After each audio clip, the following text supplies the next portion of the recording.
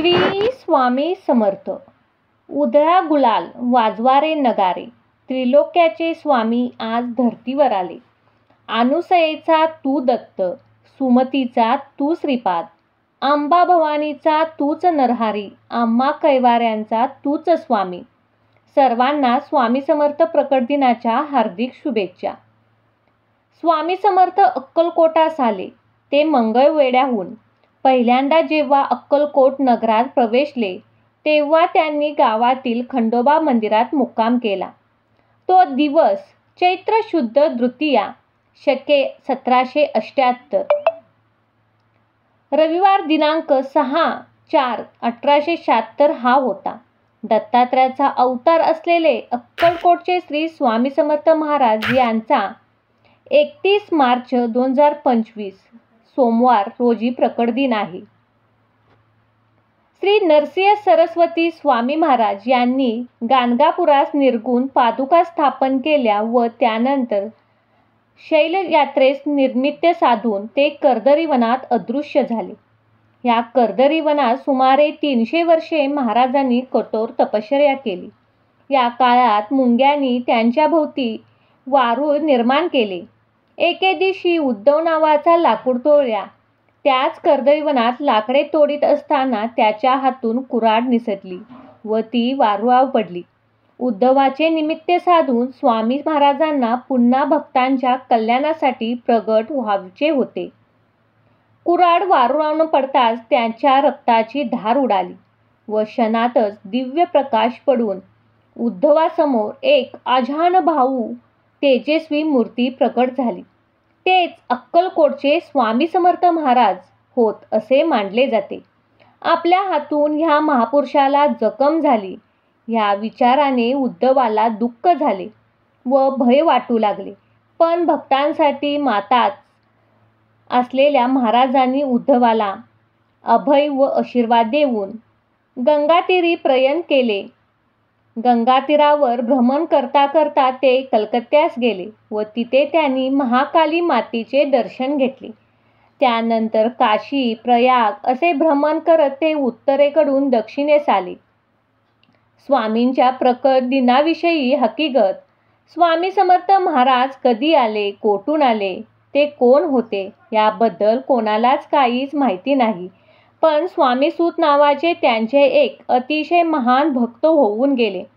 त्यांनी स्वामी समर्थांना आपला मुलगा मानायचे. त्यांच्या तर त्यांच्या अनुभवावरून आपल्याला समजते की स्वामी कसे प्रगटले. तर स्वामींच्या प्रकटण्याची हकीकत अशी. शेकडो वर्षांपूर्वी एक पंजाब प्रांतात हस्तिनापूरपासून 12 कोस जवळपास 24 किलोमीटर अंतरावर खेडा नावाचं ग्राम होतं.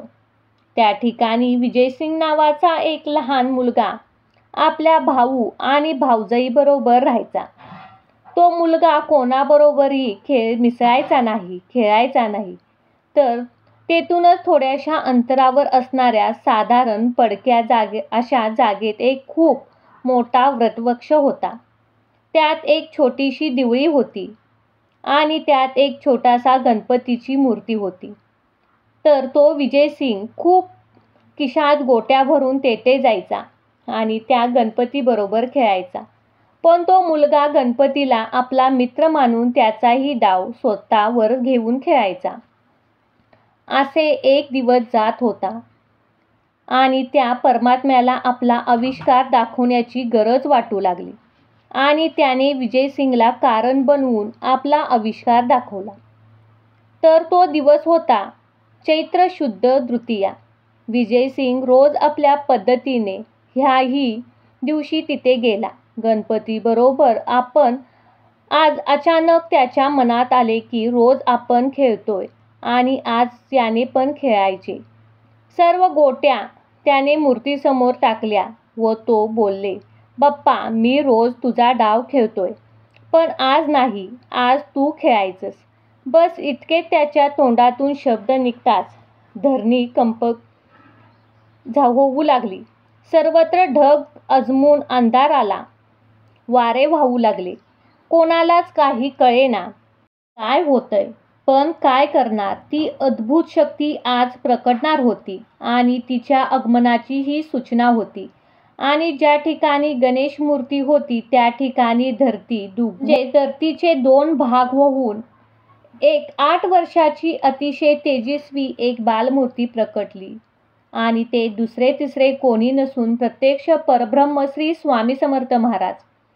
आणि तो विजयसिंग गोट्या खेळताना तेव्हा स्वामींकडून हारला आणि बालरूप स्वामींनी त्याला गोट्या उधार दिल्या आणि परत भेटण्याचे वचन देऊन तेथून ते गुप्त झाले.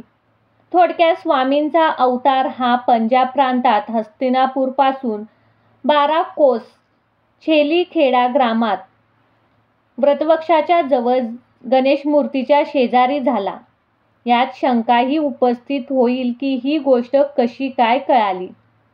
पण या गोष्टीचा उलगडा असा झाला की कोकणातील हरिभाऊ म्हणजे स्वामीसूत हे अक्कलकोटला आले होते.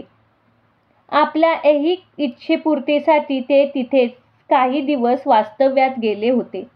एक दिवस स्वामींनी त्यांना जवळ बोलावले, मांडीवर घेतले आणि सांगितले की आजपासून तू माझा सूत झाला आहेस. घरदार सोडून दे आणि दर्याकिनारी माझा ध्वजा उभा कर. हे ऐकून हरिभाऊ रडू कोसळले, कारण ते इथे ऐहिक इच्छापूर्तीसाठी आले होते. महाराज तर सर्व सोडायला सांगत आहेत. हे पाहून त्यांना थोडे रडू कोसळले.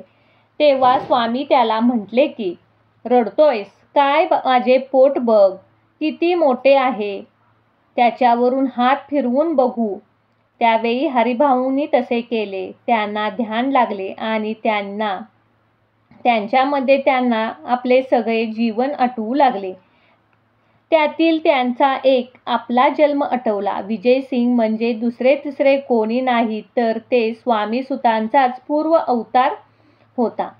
त्यानंतर या सर्व गोष्टीचा उलगडा झाला. या गोष्टीला स्वतः स्वामींनी मान्यता दिली आणि ती पुढील प्रमाणे. स्वामी प्रकट दिनाचा दिवस स्वामीसूत महाराजांनी सुरू केला आहे. ज्यावेळी स्वामीसूत महाराज हा उत्सव अक्कलकोटमध्ये करत होते तेव्हा भुजंगासारख्या भक्तांनी स्वामींना प्रश्न विचारला, स्वामीसूत हे काय करत आहात. तेव्हा स्वामींचे उत्तर असे होते, माझं बाळ मी सदैव ज्या प्रकटलेल्या दिवसाचा उत्सव करत आहे.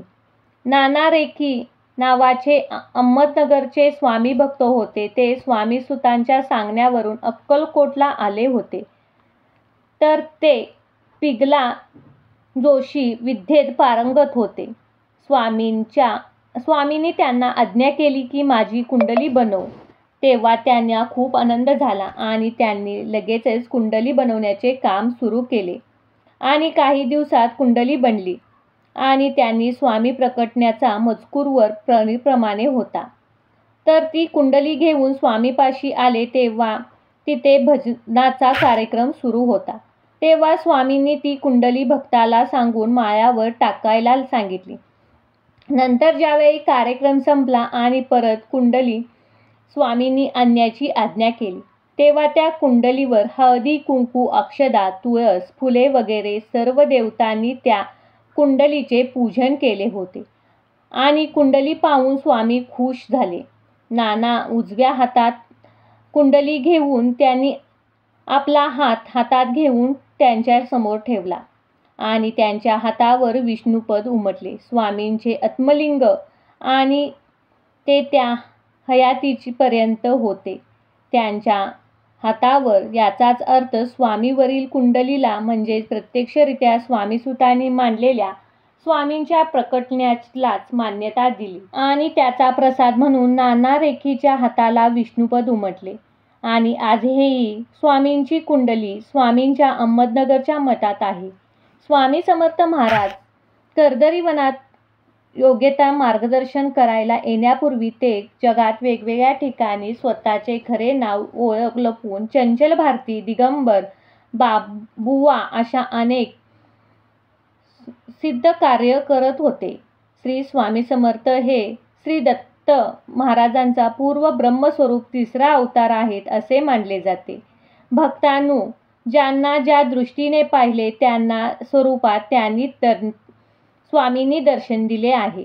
कोणाला श्री विठ्ठल रुक्माईच्या रूपात त्यांचे दर्शन घडले तर कोणाला श्री भगवान विष्णूंच्या रूपात तर कोणाला भगवती देवीच्या रूपात. महाराजांची भक्ती कल्याणासाठी अनेक लीला दाखवल्या आहेत अशी भक्तांची धारणा आहे. श्री स्वामी समर्थ.